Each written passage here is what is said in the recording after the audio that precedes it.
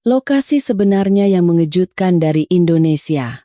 Alasan dunia menggila akan Indonesia, terungkap oleh manajer perekrutan Google.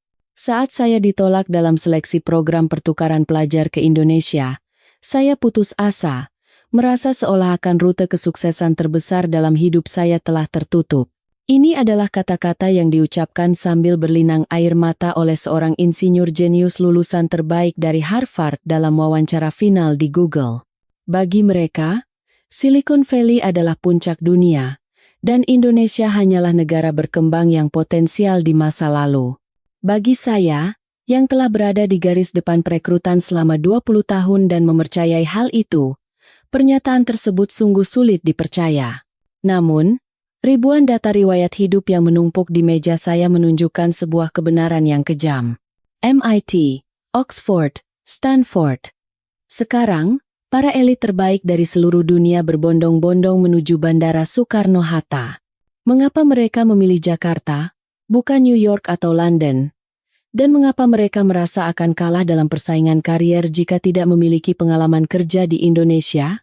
Saya, sebagai kepala perekrutan global di markas besar Google, akan mengungkap tanpa tedeng aling-aling lokasi Indonesia yang mengejutkan saat ini, yang dibuktikan oleh data yang saya saksikan, dan alasan sebenarnya mengapa dunia begitu antusias terhadap Indonesia.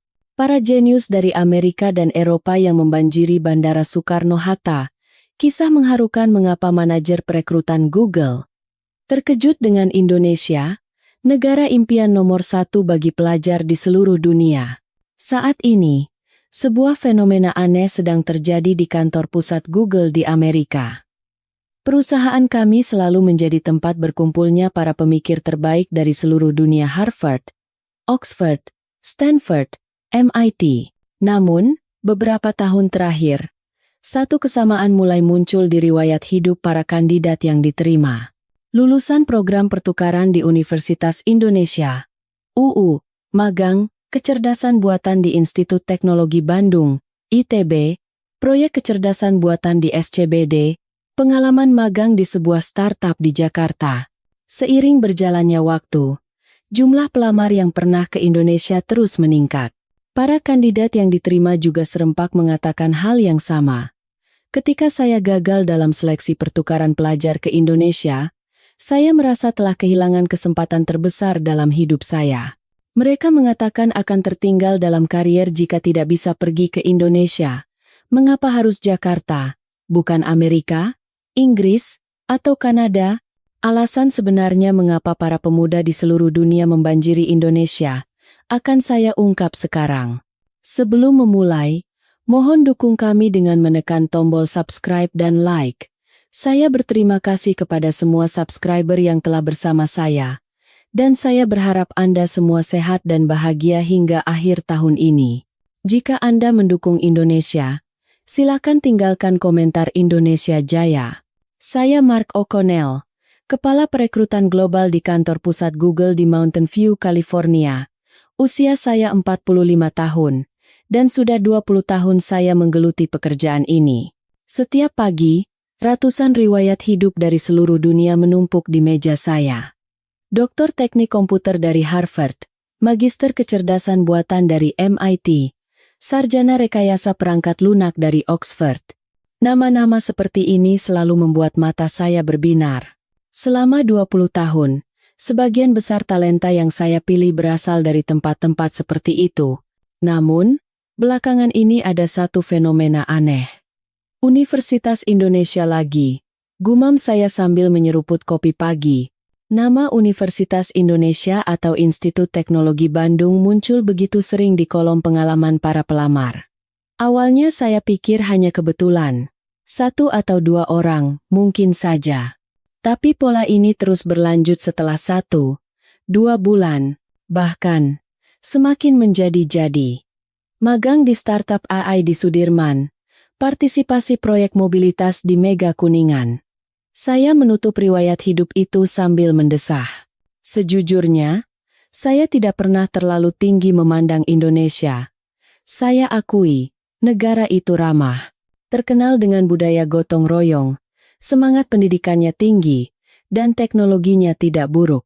Tapi, saya tidak pernah berpikir itu adalah tempat yang harus dituju oleh talenta terbaik. Silicon Valley. Itulah jawaban yang benar. Itulah kebenaran yang saya yakini sejak usia 20 tahun.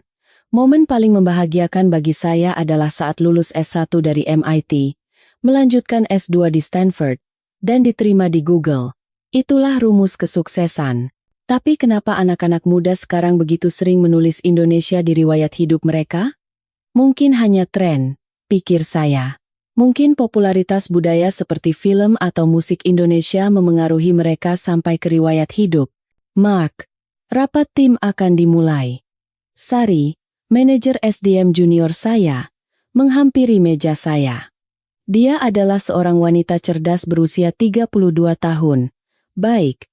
Aku segera ke sana.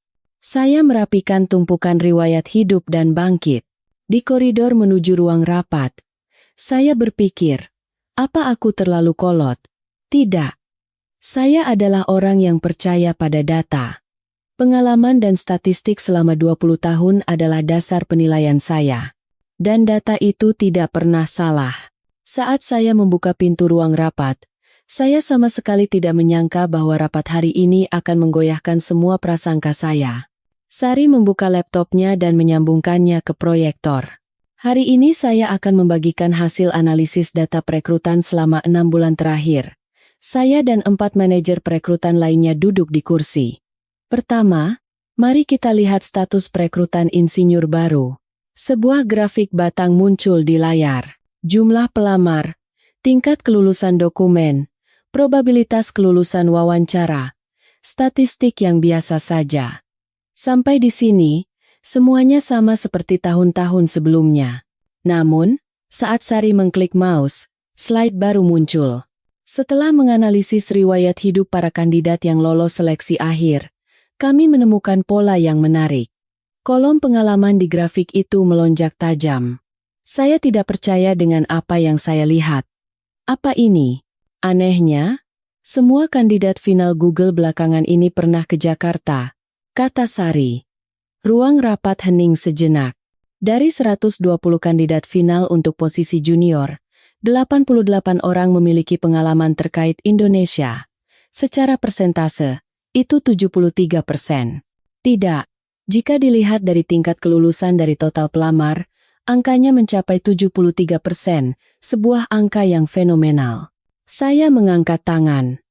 Apa tidak salah? Sudah diverifikasi? Sudah saya periksa 3 kali. Pertukaran pelajar, magang, proyek, kursus bahasa. Bentuknya beragam, tapi benang merahnya adalah Jakarta. Seorang anggota tim lain menyela. Bagaimana data tahun lalu? Tahun lalu 41%. Tahun sebelumnya 28%. Terus meningkat. Saya melipat tangan dan menatap layar. Ada yang aneh. Selama 20 tahun, saya belum pernah melihat pola seperti ini. Mungkin hanya terkonsentrasi pada universitas atau jurusan tertentu? Tanya saya. Teknik komputer, teknik elektro, teknik industri, bahkan desain. Tersebar merata di semua bidang. Jawab Sari sambil mengganti slide. Yang lebih mengejutkan, rata-rata kinerja para lulusan ini 18% lebih tinggi daripada lulusan biasa. 18%? Saya mencondongkan tubuh ke depan. Perbedaan kinerja sebesar itu tidak bisa diabaikan. Mereka unggul dalam semua hal. Tingkat penyelesaian proyek, evaluasi rekan kerja, dan kecepatan promosi. Suasana di ruang rapat menjadi tegang. Semua orang hanya menatap layar. Dalam hati saya berpikir, jangan-jangan ada yang aku lewatkan? Tidak mungkin.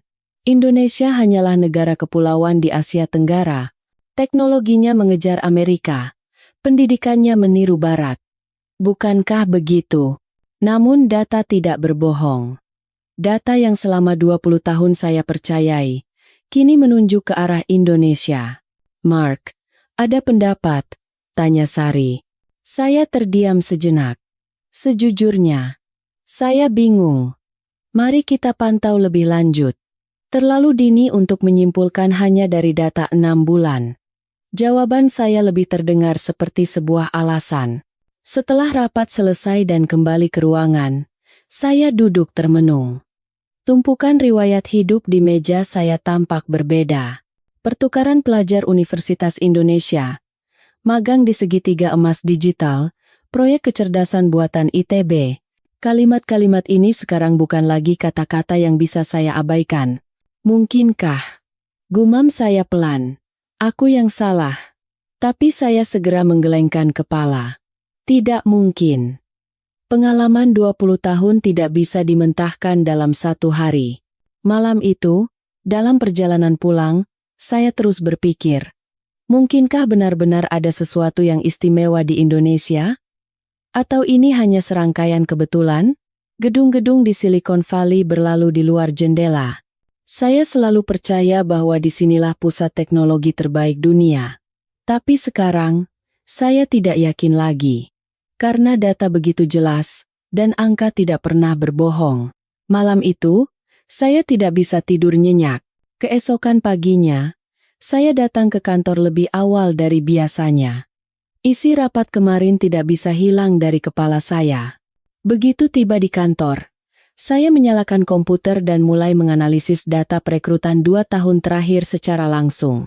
Saya ingin memastikan apa yang dipresentasikan Sari dengan mata kepala sendiri.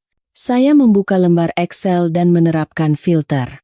Pengalaman pertukaran pelajar, magang di luar negeri, proyek global, 1 klik, 2 klik, 3 klik. Melihat hasil yang muncul di layar, saya bersandar di kursi. Di lembar Excel Manajer Perekrutan Google, Universitas-Universitas Indonesia bersinar merah. Universitas Indonesia, 28 kasus. Institut Teknologi Bandung, 22. Universitas Gadjah Mada, 19. Total 69 kasus. Dan itu hanya dari kandidat yang diterima. Apa-apaan ini? Saya menatap monitor. MIT tercatat 32 kasus, Stanford 29, dan Harvard 26. Jika digabungkan, universitas-universitas top Indonesia itu setara dengan seluruh Ivy League Amerika. Yang lebih mengejutkan adalah setelahnya. Ketika saya memeriksa silang dengan skor evaluasi kinerja, rata-rata skor kandidat berpengalaman di Indonesia adalah 4,2 dari 5. Skor 4,2 berarti mereka berada di level 15% teratas. Sementara itu, kandidat biasa rata-rata 3,7, selisih 0,5 poin. Secara statistik, ini adalah perbedaan yang signifikan. Saya menutupi wajah dengan tangan. Tolok ukur penilaian yang saya bangun selama 20 tahun mulai goyah. Saat itu, telepon berdering. Waktu wawancara video dengan seorang kandidat dari Barcelona, Spanyol. Halo, ini Mark O'Connell. Seorang pria muda muncul di layar. Pablo, 24 tahun, dari jurusan Teknik Komputer Universitas Politeknik Catalonia. Riwayat hidupnya sempurna. Nilai bagus, pengalaman proyek banyak, bahasa Inggris lancar. Pablo, saya sudah melihat riwayat hidup Anda. Ada beberapa pertanyaan. Saya memulai wawancara seperti biasa. Beberapa pertanyaan teknis, pertanyaan tentang pengalaman proyek. Pablo menjawab tanpa ragu. Bagus. Terakhir, apakah Anda punya pengalaman pertukaran pelajar atau pengalaman di luar negeri? Mendengar pertanyaan saya, raut wajah Pablo sedikit menegang. Ah, itu. Suaranya mengecil. Saya 3 kali mendaftar untuk pertukaran pelajar ke Jakarta, tapi selalu gagal. Jakarta? Saya mencondongkan tubuh. Ya, di kampus kami, program ke Jakarta sangat sulit ditembus. Tingkat persaingannya 15-1, kata Pablo dengan senyum masam. Banyak mahasiswa Eropa yang menangis karena gagal lolos pertukaran ke Jakarta. Saya salah satunya. Saya terkejut. Mahasiswa menangis? Hanya karena sebuah program pertukaran pelajar. Mengapa Anda begitu ingin ke Jakarta? Tanya saya hati-hati. Pablo terdiam sejenak, lalu perlahan membuka mulut. Pak Mark, sejujurnya, di antara para pelamar kerja, Pengalaman di Jakarta sekarang dianggap lebih berharga daripada sertifikat bahasa Inggris. Kata-katanya membuat saya terdiam. Dua teman saya tahun lalu magang selama 6 bulan di Jakarta. Satu mendapat tawaran dari Tesla, yang satu lagi masuk Apple. Apakah Anda yakin itu karena Jakarta? Ya. Menurut mereka, pekerjaan yang mereka lakukan di Jakarta dalam 6 bulan membuat mereka belajar lebih banyak daripada bekerja 2 tahun di Barcelona. Mata Pablo tampak serius. Startup kecerdasan buatan, perusahaan mobilitas, perusahaan game, semuanya terkonsentrasi di kawasan SCBD atau Kuningan, kan? 6 bulan di sana katanya bisa membangun jaringan yang lebih kuat daripada di Silicon Valley. Saya mencatat sambil bertanya, bagaimana dengan kota lain, London, Berlin, atau Singapura? Tentu saja dipertimbangkan. Tapi katanya kecepatannya berbeda. Jakarta itu, entah bagaimana, seperti tempat di mana masa depan sudah tiba. Tempat di mana masa depan sudah tiba. Ungkapan itu menusuk telinga saya. Setelah wawancara selesai, saya bersandar di kursi dan menatap langit-langit. Pablo adalah orang ke-12. Dalam sebulan terakhir, dari kandidat yang saya wawancarai, 12 orang menyinggung pengalaman di Jakarta. 9 di antaranya menyesal tidak bisa ke sana, dan 3 orang mengatakan mereka berkembang berkat Jakarta. Sebenarnya ada apa di Jakarta? Gumam saya. Saat makan siang, saya pergi ke kantin kantor. Di sana, saya kebetulan bertemu Kevin, seorang insinyur baru, usianya 28 tahun, seorang pemuda cerdas yang bergabung tahun lalu. Kevin, sudah terbiasa? Tanya saya sambil duduk. Sudah, Pak.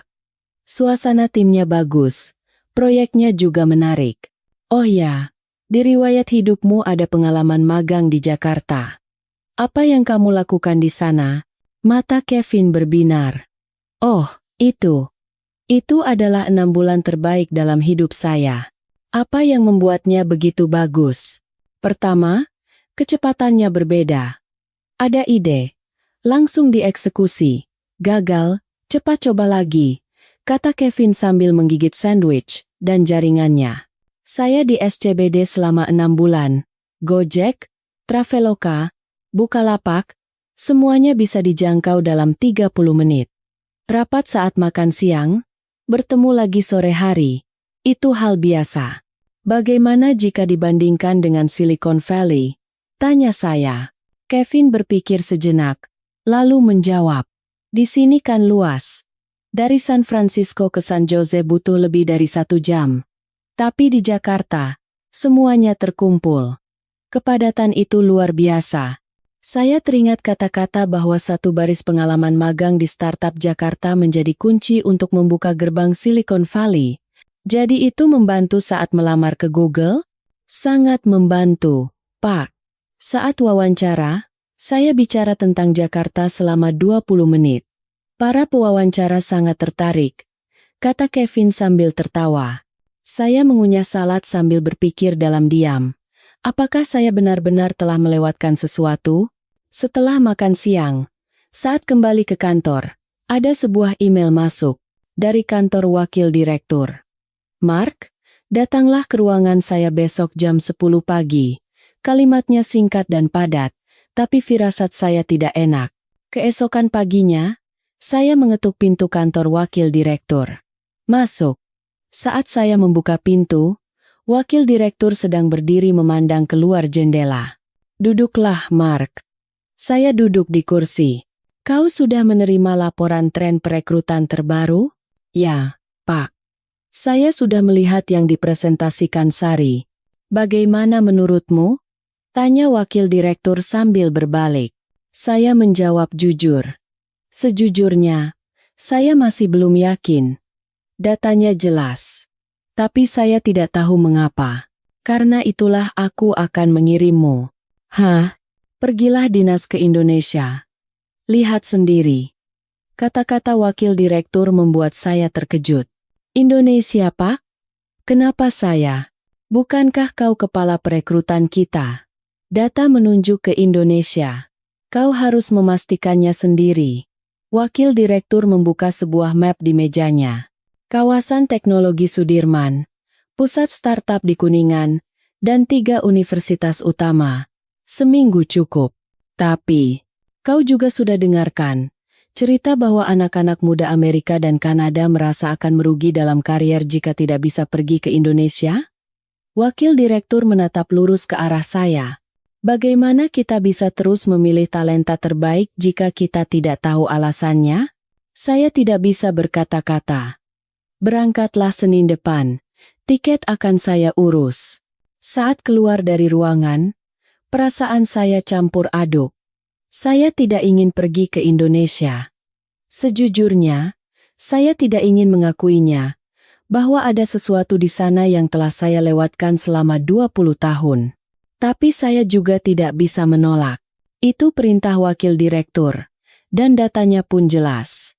Malam itu, saat pulang, saya berkata kepada istri saya, aku harus dinas ke Indonesia minggu depan. Indonesia? Tiba-tiba sekali, berapa lama? Sekitar seminggu, urusan kantor. Istri saya tampak terkejut.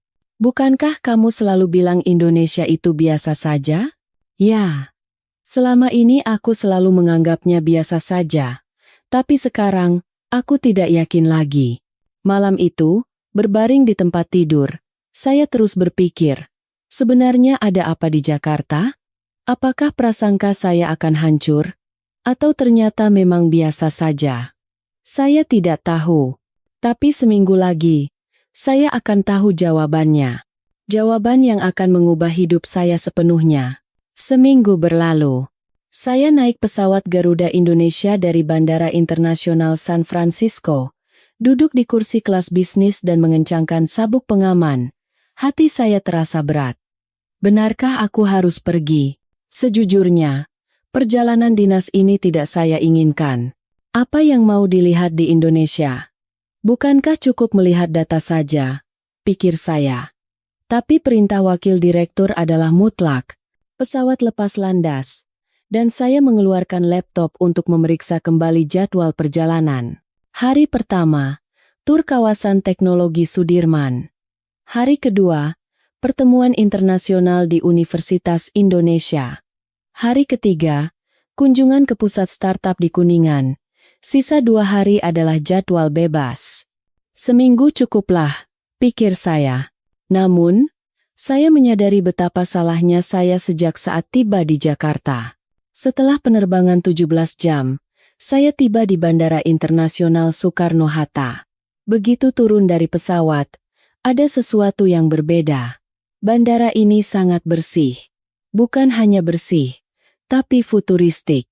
Saat berjalan di koridor, lampu di langit-langit memandu jalan. Silakan lurus ke bagian imigrasi. Pengumuman dalam bahasa Inggris terdengar jelas. Tiba di area imigrasi. Saya tertegun sejenak. Gerbang imigrasi otomatis berjejer rapi. Semua ini otomatis. Gumam saya sambil mendekati salah satu mesin. Saya memindai paspor dan menatap kamera pengenal wajah. Ting, izin masuk disetujui. Hanya 15 detik. Di Bandara San Francisco, antre 1 jam adalah hal biasa. Tapi di sini hanya 15 detik. Mengambil bagasi dan melewati bea cukai juga tidak sampai 5 menit. Efisien juga. Saya terpaksa mengakuinya. Keluar ke lobi bandara, saya berjalan ke meja informasi untuk mencari taksi. Permisi, bagaimana cara terbaik untuk ke pusat kota Jakarta? Petugas menjawab dengan bahasa Inggris yang sempurna. Saya merekomendasikan kereta bandara, Pak. Anda bisa turun di stasiun BNI City, lalu menyambung MRT ke tujuan Anda. Hanya sekitar 45 menit. Taksi bisa lebih dari 1 jam. Kereta bandara. Ya, peronnya ada di sebelah sana. Kereta berangkat setiap beberapa menit. Saya mengangguk dan menuju peron. Saat menuruni eskalator, semuanya tertata rapi. Tiba di peron, saya terkejut lagi. Ada pintu pengaman peron. Sangat berbeda dengan peron berbahaya di kereta bawah tanah New York. Papan elektronik menampilkan waktu kedatangan kereta dalam hitungan menit. Kereta berikutnya akan tiba dalam 2 menit 30 detik. Pengumuman terdengar dalam bahasa Indonesia dan Inggris. Tepat 2 menit 30 detik kemudian, kereta datang, akurat hingga ke detik. Masuk ke dalam kereta, kursinya bersih, dan pemandangan di luar jendela berlalu dengan cepat. Jauh lebih cepat daripada dari bandara SFO ke pusat kota, saya akui dalam hati. Tiba di stasiun BNI City, saya berganti ke MRT, katanya. Ke hotel saya di kawasan SCBD cukup naik MRT. Turun ke stasiun MRT, jalur transitnya terhubung dengan sempurna. Papan penunjuk juga intuitif. Tidak mungkin tersesat di sini. Saya membeli kartu uang elektronik di sebuah minimarket. Dengan kartu ini, Bapak bisa naik MRT, bus Transjakarta, dan bahkan bayar tol, jelas kasir. Saya membeli kartu itu dengan setengah ragu. Di Silicon Valley, setiap moda transportasi harus menggunakan aplikasi yang berbeda, tapi di sini cukup dengan satu kartu. Saya naik MRT. Meskipun sore hari kerja, kereta itu bersih. Orang-orang kebanyakan melihat ponsel atau membaca buku. Yang mengejutkan, hampir semua orang menggunakan earphone. Budaya tidak mengganggu orang lain. Ya? Saya mengamati dalam diam. Stasiun berikutnya. Senayan. Next station, Senayan.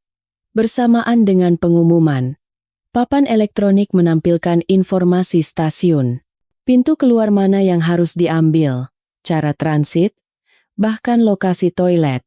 Turun di stasiun Senayan dan naik ke permukaan. Pemandangan di depan saya melampaui ekspektasi.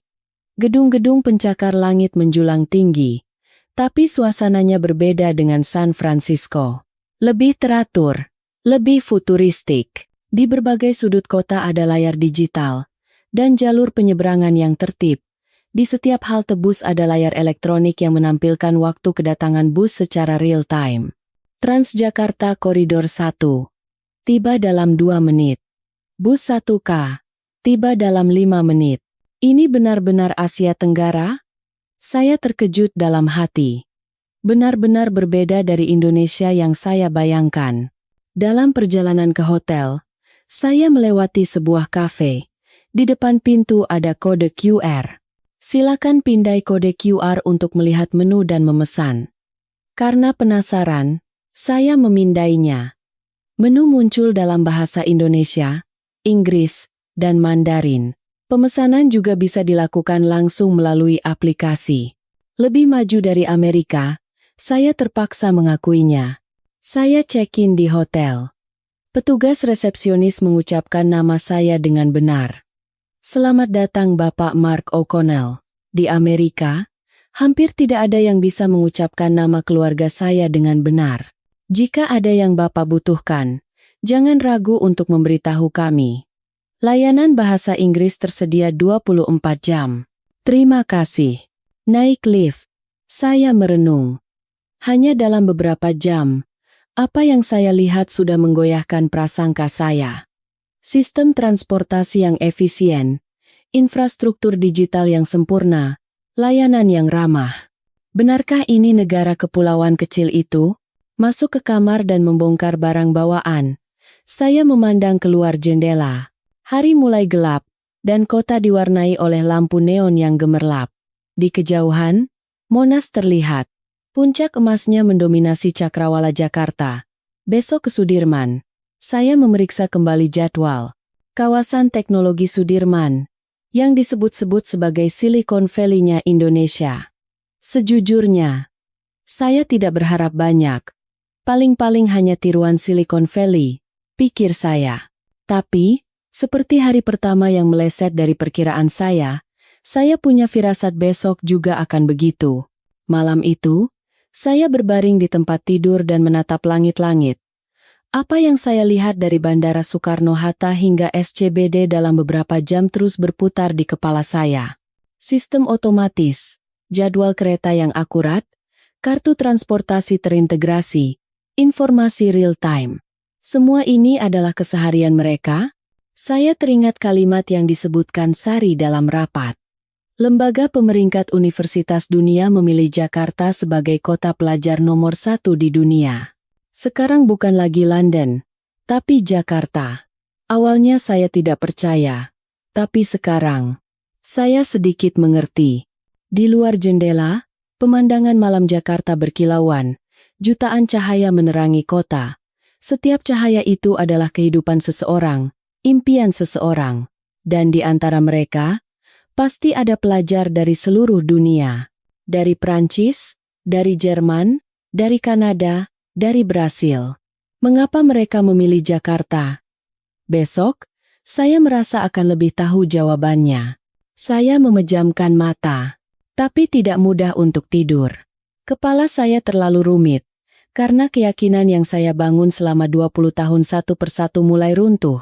Keesokan paginya, saya bangun lebih awal.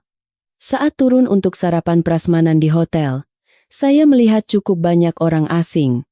Orang Barat, Timur Tengah, Asia Tenggara. Beragam. Di satu meja terdengar bahasa Prancis, di meja lain bahasa Spanyol. Benar-benar kota internasional, pikir saya sambil mengambil salad dan kopi. Jadwal hari ini adalah kunjungan ke kawasan teknologi Sudirman. Pemandu lokal dijadwalkan bertemu di lobi hotel jam 9 pagi. Tepat jam 9, saat turun ke lobi, seorang wanita muda sudah menunggu saya. Bapak Mark O'Connell. Saya Yuni Hartono. Saya yang akan memandu tur di Sudirman hari ini. Senang bertemu Anda. Sambil berjabat tangan, saya mengamatinya.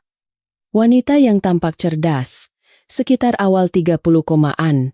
Perjalanan sekitar 20 menit dengan mobil. Sambil jalan, saya akan jelaskan tentang Sudirman ya Pak. Kami naik mobil yang sudah menunggu di depan hotel.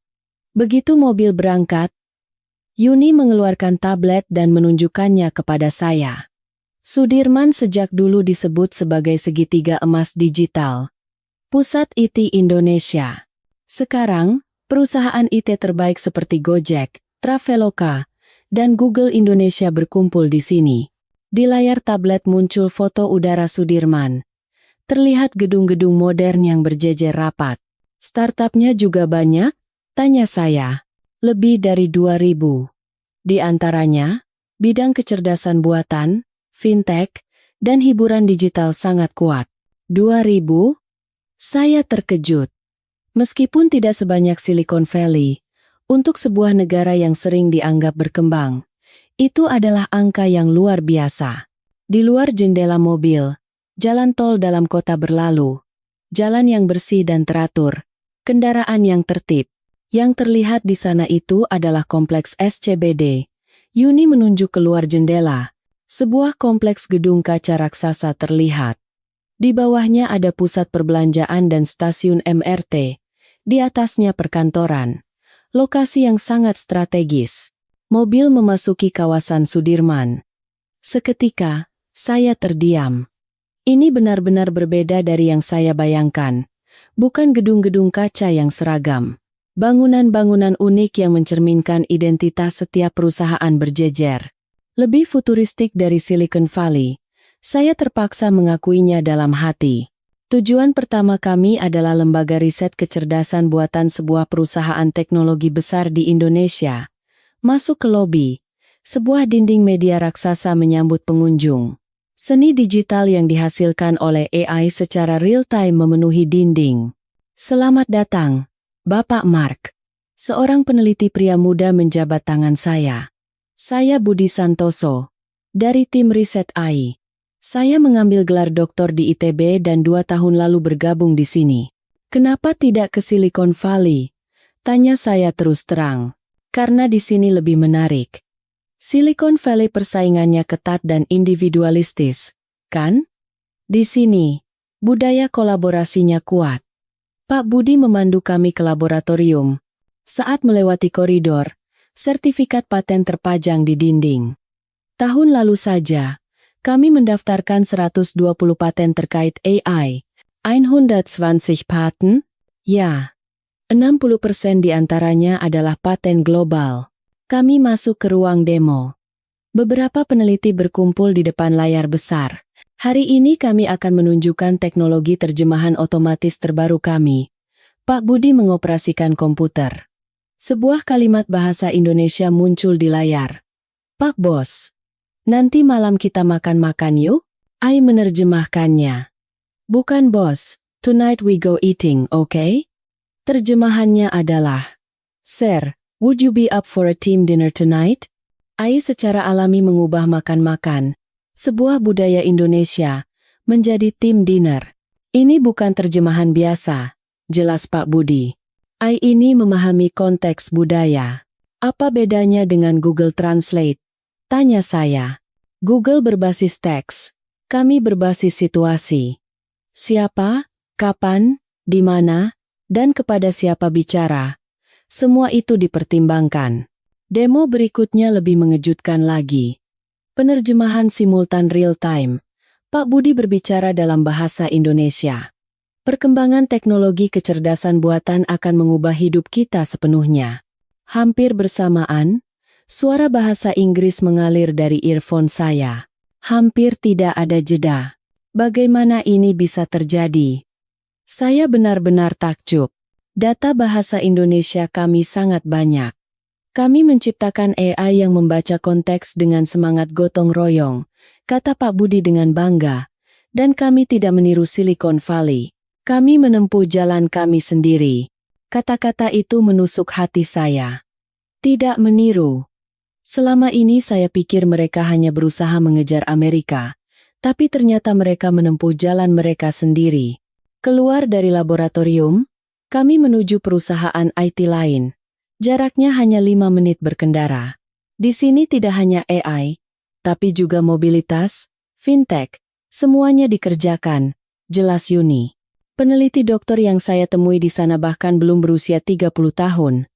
Saya meneliti kecerdasan buatan multimodal, memproses teks, gambar, dan suara secara bersamaan. Demonya sangat mengesankan. Saat musik gamelan tradisional diperdengarkan, Ai melukis pemandangan sawah yang serasi. Bersamaan dengan itu, Ai membacakan sebuah pantun. Budaya Indonesia adalah awal mulanya, tapi pendidikan dan teknologi Indonesia yang mengubah hidup, kata peneliti itu. Kami menciptakan AI yang memahami budaya Asia Tenggara secara mendalam. Ini adalah keunggulan kompetitif kami di pasar global. Waktu makan siang tiba. Yuni membawa saya ke sebuah restoran. Ini tempat yang sering dikunjungi para CEO startup di Sudirman. Restoran itu penuh dengan anak muda. Sebagian besar tampak berusia akhir 20 trigoan hingga awal 30 trigoan. Kami duduk dan memesan. Dari meja sebelah terdengar bahasa Inggris dengan aksen Prancis. Mereka juga pegawai startup, tanya saya. Ya, mungkin para pengembang asing. Cukup banyak di Sudirman. Kenapa mereka datang jauh-jauh ke Indonesia? Kecepatan. 6 bulan di sini setara dengan pengalaman 2 tahun di Silicon Valley.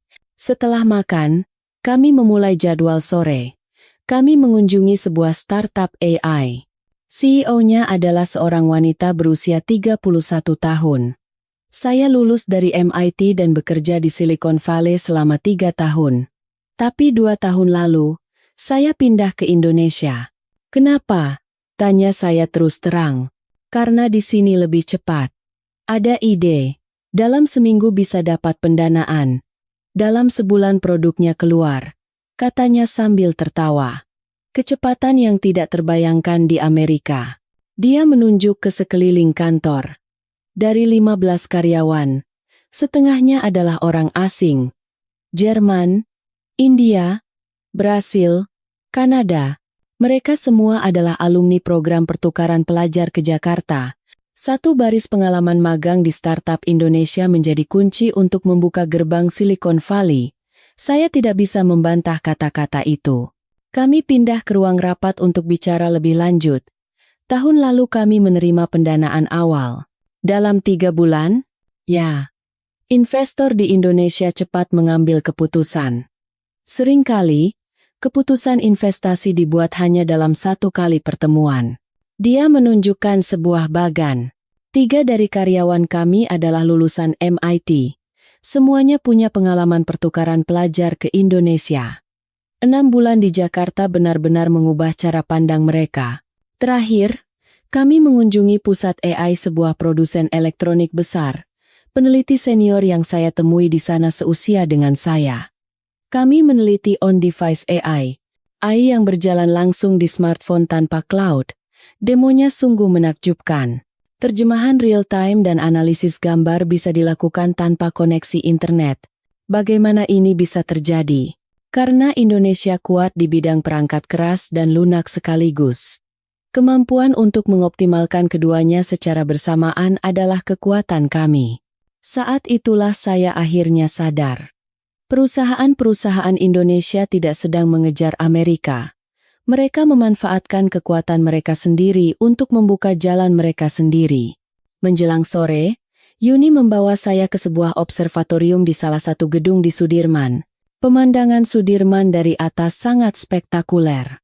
Ribuan cahaya berkilauan. Setiap cahaya itu adalah impian seseorang, kata Yuni. Dan sebagian besar dari impian itu adalah milik anak-anak muda yang datang dari luar negeri. Saya tidak bisa berkata apa-apa. Apa yang saya lihat seharian ini berputar-putar di kepala saya. Teknologi orisinal, eksekusi cepat, talenta global. Inikah Indonesia yang selama ini aku remehkan? Dalam perjalanan kembali ke hotel, saya berpikir dalam diam. Dalam satu hari, setengah dari prasangka saya telah hancur. Setengah sisanya sepertinya akan hancur besok. Di Universitas Indonesia. Lanjutan cerita. Keesokan paginya, saya menuju Universitas Indonesia. Yuni kembali menjadi pemandu. Hari ini kita akan bertemu dengan profesor penanggung jawab urusan internasional. Setelah itu, kita akan tur kampus. Mobil melaju ke arah Depok. Universitas di tengah kota metropolitan. Sungguh unik. Universitas-universitas di sekitar Silicon Valley kebanyakan berada di pinggiran kota. Universitas Indonesia adalah salah satu universitas paling terinternasionalisasi di Indonesia, jelas Yuni. Melewati gerbang utama, bangunan-bangunan bergaya klasik terlihat, namun di sampingnya berdiri bangunan-bangunan modern. Tradisi dan modernitas berpadu harmonis. Kami masuk ke gedung hubungan internasional. Di lobi, bendera berbagai negara terpajang. Amerika, Prancis, Jerman, Spanyol, Brasil. Selamat datang, Bapak Mark O'Connell. Seorang profesor parubaya menjabat tangan saya. Saya Agus Wijoyo, penanggung jawab kerjasama internasional. Senang bertemu Anda. Kami pindah ke ruang rapat. Profesor Agus membuka laptopnya dan menampilkan layar. Pertama, mari kita lihat statistik. Sebuah grafik muncul. Situasi pendaftaran pertukaran pelajar. Pendaftaran untuk semester musim gugur tahun ini sebanyak 2.847. Banyak sekali. Ya. Tapi kuotanya hanya 180 orang. Saya menghitung. Rasio persaingannya lebih dari 15:1. Tepatnya 15,8:1. Tahun lalu 12:1. Terus meningkat. Profesor Agus mengganti slide. Lembaga pemeringkat Universitas Dunia memilih Jakarta sebagai kota pelajar nomor 1 dunia. Sekarang bukan London, tapi Jakarta. Papan peringkat muncul di layar. Jakarta di peringkat 1, London 2, Paris 3. Benarkah ini? Saya tidak percaya. Ya. Diumumkan tahun lalu. Standar pendidikan, keamanan, biaya hidup, peluang kerja, Jakarta unggul di semua aspek. Profesor Agus menunjuk keluar jendela. Setengah dari mahasiswa yang terlihat di sana adalah mahasiswa asing. Benar saja. Saat melihat mahasiswa yang berjalan di kampus, ras mereka beragam. Dari negara mana yang paling banyak datang? Prancis nomor 1. Disusul Jerman, Spanyol, dan Kanada. Mengapa mereka memilih Indonesia? Saya mengajukan pertanyaan inti. Profesor Agus berpikir sejenak, lalu menjawab, ada 3 alasan. Pertama, standar pendidikannya tinggi. Universitas kami berada di peringkat atas dunia. Kedua, aman. Jakarta adalah salah satu kota teraman di dunia. Itu saya rasakan kemarin. Berjalan di malam hari pun tidak terasa menakutkan. Ketiga, dan yang paling penting, adalah peluang. Belajar 6 bulan di Jakarta membuka berbagai peluang. Magang di startup Sudirman, proyek perusahaan besar, partisipasi di laboratorium AI.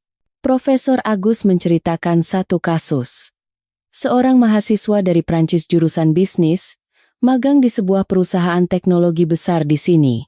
6 bulan kemudian, setelah kembali ke Prancis, ia mendapat tawaran dari LVMH karena pengalamannya di Indonesia. Saya mengangguk.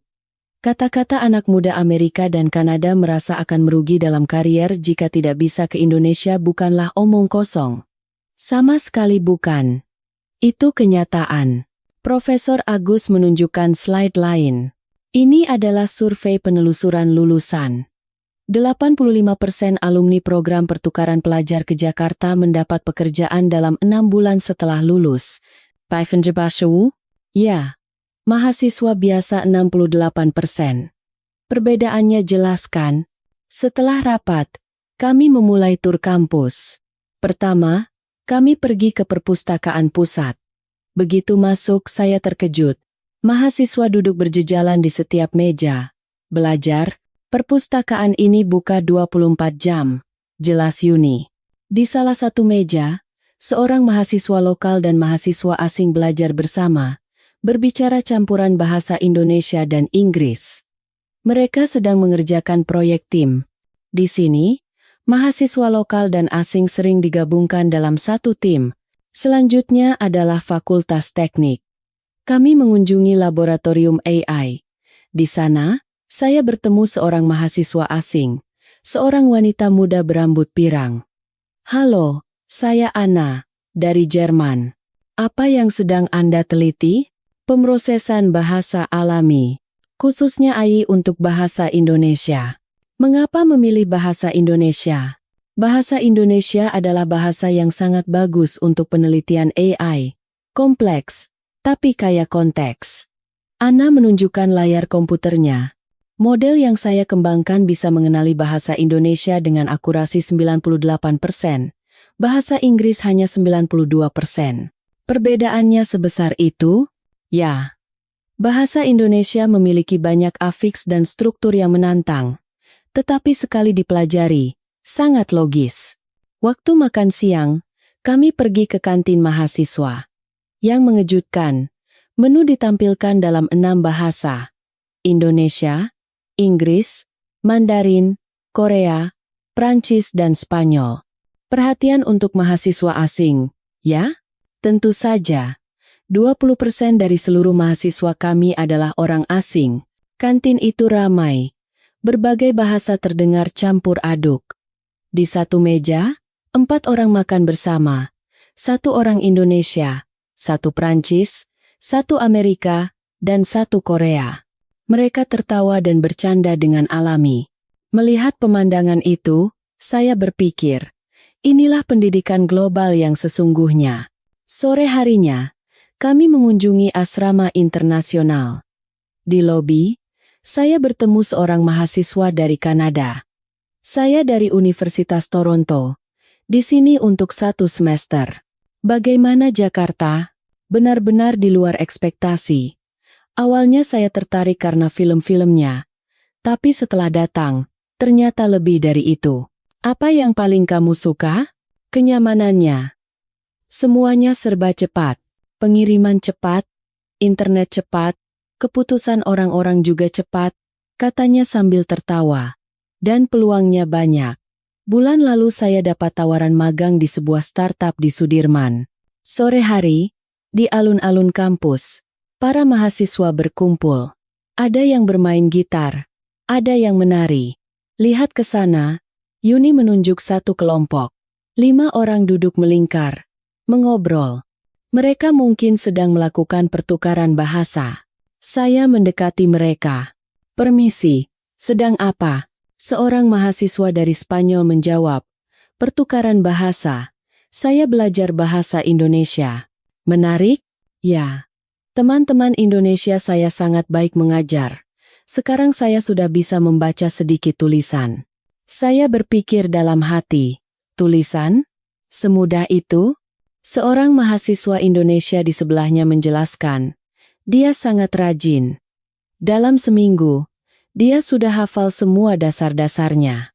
Saya kagum. Begitu antusiasnya mereka. Saat senja, lampu-lampu kampus mulai menyala. Saya duduk di bangku dan memandangi kampus. Mahasiswa berlalu lalang, tertawa. Ada orang Indonesia, ada orang asing. Tapi pemisahan itu tidak ada artinya. Mereka semua hanyalah mahasiswa. Sekarang peta anak muda di seluruh dunia bergeser dari Amerika dan Inggris ke Jakarta. Kata-kata itu baru sekarang benar-benar terasa nyata. Bagaimana tur hari ini, Pak? Tanya Yuni. Luar biasa. Benar-benar berbeda dari yang saya bayangkan. Besok kita akan ke pusat startup di Kuningan dan kawasan Senopati. Anda akan lebih terkejut lagi. Saya tertawa. Saya sudah cukup terkejut. Tapi kata-kata Yuni benar.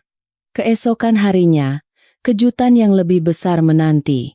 Sisa cerita mengikuti alur yang sama dengan detail-detail yang telah disesuaikan dengan konteks Indonesia.